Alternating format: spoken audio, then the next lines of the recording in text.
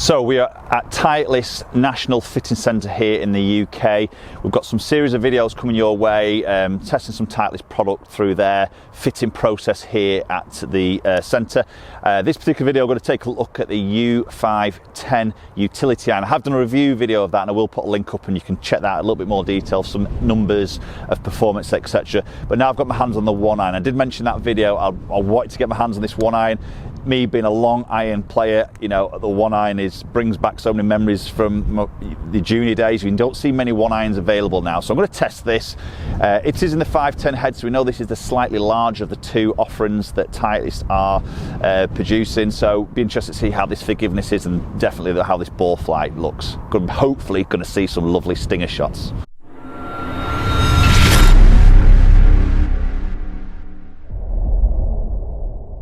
Okay, so U510, as we know, it's a hollow head design. It's a pretty bulky club, and most utility irons now are trying to transition from that hybrid forgiveness, maybe that slightly higher flight that hybrid is providing, but more into that sort of iron look, and maybe trying to keep a little bit more of that iron flight, but obviously more of a flight than a traditional iron that you would expect.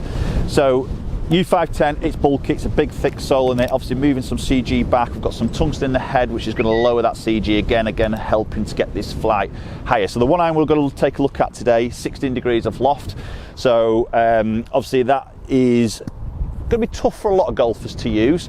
I think a lot of golfers going into this long iron would need typically some speed, but having said that, this is what I found in my review video is quite a high launching iron, and obviously they do a 500 which is the smaller head, so that will sort of promote a little bit more of that sort of lower penetrating, more compact head for that guy who wants that particular look. Okay, so let's get some shots here, and this is quite a perfect day. You probably hear it through the microphone here, unfortunately.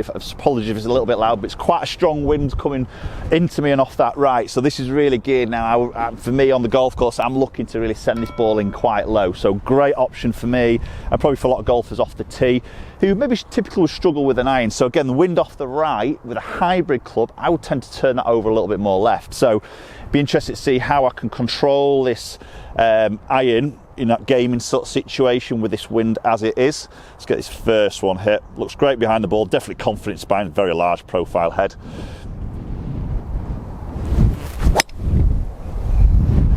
Oh, that's lovely.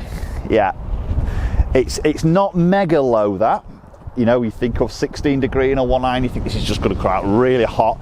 It's not mega low, which I like. I think a lot of the better players would be able to try and manipulate that flight down a little bit more if they wanted to on command. So these ones I'm hitting now are just a stock swing. I'm not trying to hit these low, not trying to hit stingers, just a stock sort of swing. Yeah, and to be honest, that's pretty high for a one iron. I wouldn't expect it to go that high, but I tell you what, that is just feels so easy to hit.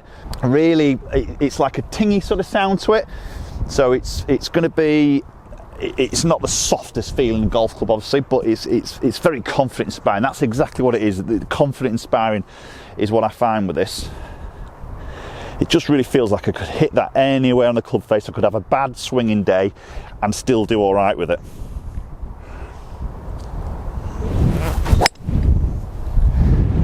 Oh, that's beautiful. I love that.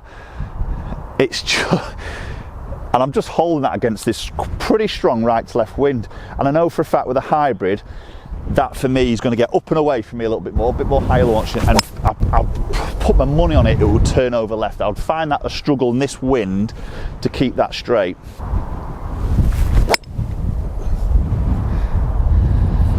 That's beautiful. But that just pings away so easily. Lovely, great ball flight. Okay, so far so good. Super impressed with the forgiveness of that and the ease of that flight. So as I was saying before, I think sometimes if that wind is going to change and really come straight into me, I'd want to try and drop that flight a little bit lower. So we know the head in the 510 is all geared around, make it a little bit easier to launch and get it up and away.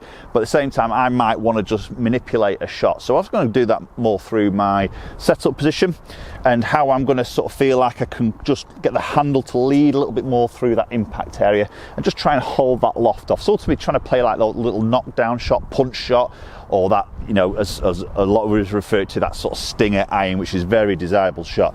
So I'm just going to try and play a few and see if I can actually get that down. The head's geared about, just trying to launch this a little bit.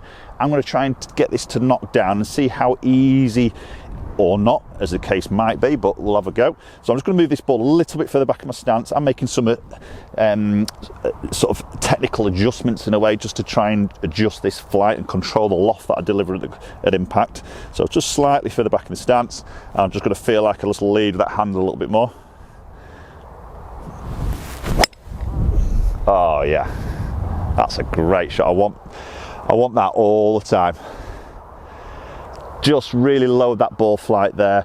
Again, it feels fantastic off the club face, you know, and I don't really get a feeling of where I've actually hit it on the face, which in a normal iron, I think a lot of us would want that sort of feedback. This, I'm not really that bothered, to be honest. If I hit one off the toe, I'm more about getting the flight, getting it in play for this sort of club off the tee. That's what I want to try and do. I'm not really trying to hit a specific distance number with this. I'm trying to get it as far as I can with a controlled flight. So I'm not too worried if I hit it off the toe or the heel, or if I can feel like I hit it off the toe and the heel. It just feels like I can hit that anywhere off that club face. Okay, let's try another one. So a little bit further back in stance. I'm going to try and hit this one really low now.